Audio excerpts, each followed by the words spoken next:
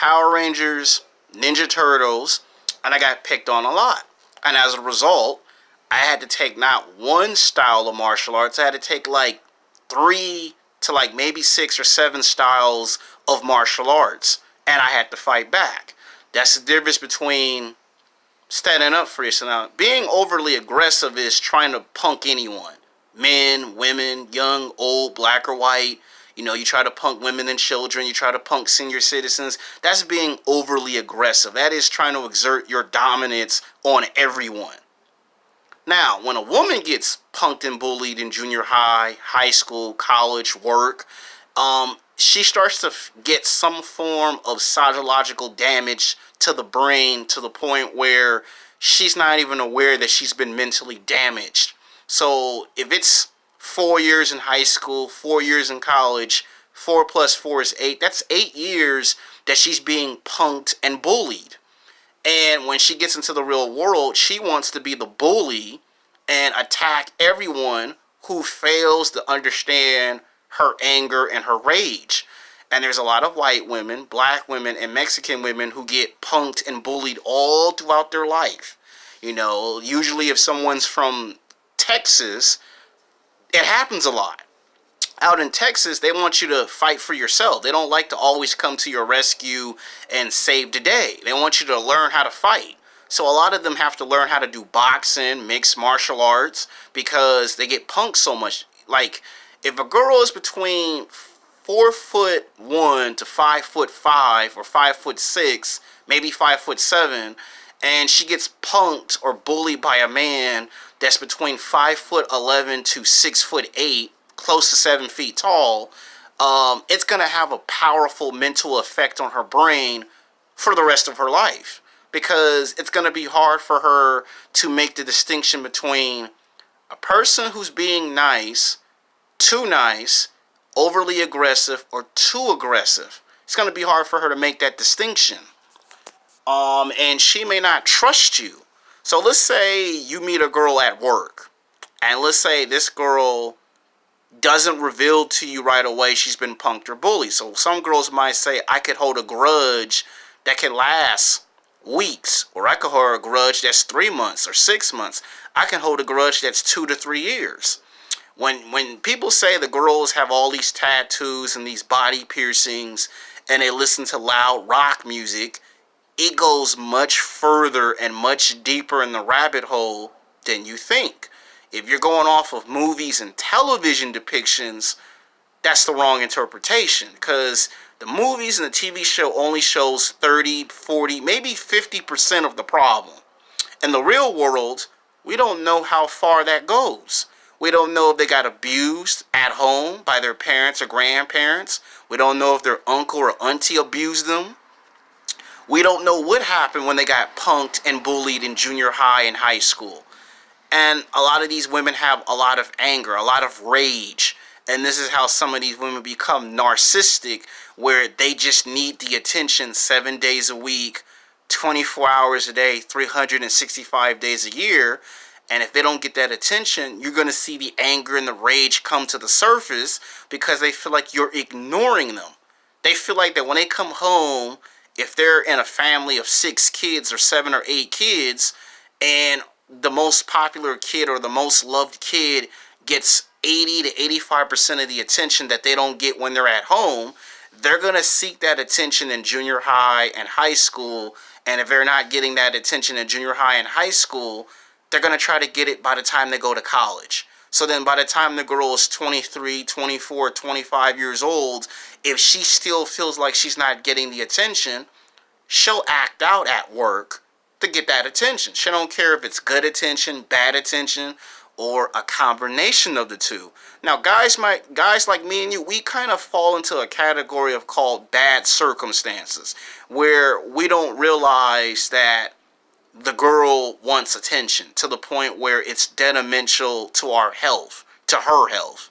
You know how they say nice guys and good guys are a potential target for women who are like this, because we try to become what they call problem solvers. We try to solve problems logically. We try to use math and science to fix the problem. And these women don't necessarily want the problem fixed just quite yet. They want the attention. They rather get the attention than you fixing it. You fixing it in their mind subconsciously because they're mentally damaged. They think you're trying to make sure they don't get no attention. So she rather for the problem to continue than for you to try to fix it. You trying to fix it results in her having to attack you because you won't let the problem persist. She wants the problem to go away, but not when you or I want it to go away. Because if it goes away so fast, then she creates another series of challenges for me and you to deal with because her narcissistic behavior will not allow her to have no true peace. Now, when women get beat up and abused by men, like bad boys or players, that is another variation on how women become imprinted and they take on the characteristics of another man. Usually you'll be like, this woman tried to punk me. This woman tried to bully me. And you be trying to figure out why she's trying to act like a man. Why she's trying to be so hard and tough. You know, the foul language, you know, the smoking, the drinking, the doing the drugs. All of those are characteristics of a man. So it's not always she has sex with 2, 3, 4, 5, 6, 7, 8, 9, 10 men. That is the most popular way to talk about on the internet. What most men don't want to talk about on the internet is what happens if a woman gets bullied too many times by a man. Then that woman's going to want power and control and want to bully other people. She'll go from trying to bully other women to trying to get her kicks off of trying to bully a man. Because people taking advantage of her because she's too short. There's that, the first problem. She has a Napoleon complex. People don't take me serious because I'm too short. So she gets mad because they always punk her because she's short. If she tries to talk highly intelligent, that's the second reason why she gets bullied. So she gets mad because she can't have an opinion of her own. So then her narcissistic behavior is, I want to hurt people who don't let me express how I feel. So I want to get you because you talk intelligent, but I can't do it. This is when you hear people say the girl's indifferent. Because the girl's mad because when she was trying to talk intelligently, people bullied her. You know, you look at math class or in lunch, or I should say math or English. The most smartest girl in the class usually is the one who end up becoming the narcissistic woman later in life. So when you see her in college or at work, she may be the best worker, but she's also narcissistic because she feels like that because she does such a great job, I should get some acknowledgement, some attention. And when she doesn't get it, her anger and rage will come up to the surface. You could accidentally say something or do something stupid by her account, and she can lash out in anger and rage because you failed her expectations. Like, let's say you try to date a girl, right? Doesn't matter if it's a black woman, white woman, or a Mexican woman that you find physically sexually attractive.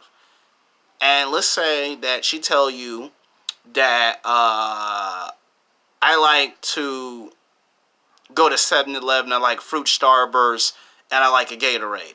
And let's say they run out of Gatorade. Well, you buy a Powerade or you buy some Coca-Cola or Pepsi, and she look at you in disgust like, why are you buying the complete opposite? Oh, they ran out, or it costs too much. And she'll only take it because she's thirsty, but you don't know. And then you have friends who know what's wrong with her, but they don't want to tell her personal business to you because they don't know you very well. And let's say you do one thing by accident that she don't like. Well, now that you've done that one mistake, now in her head, she's afraid you might make 2 mistakes, 3 mistakes, 4, 5, 6, 7, 8, 9, 10 mistakes. You just made 1 mistake, but now she thinks you're going to make a total of 10 to 11 mistakes. So now she has no choice but to turn into a bully on you. And then this is when you hear doctors, not necessarily a scientist, but you hear a doctor tell you, well, at that point, you ain't got no choice but to leave the girl alone because she'll keep trying to punk and bully you as if she's a man so she can get her kicks off of power and control. Like if there's a car accident, right? And she gets excited because there's a car crash. Usually that's the first sign that she's mentally messed up in the head. She gets off on it. If she starts to insinuate to you in a conversation that she wants to do something that's destructive, well, that's the second sign that you may not be in trouble, but people around you might be in trouble. And I've been in some situations where I've seen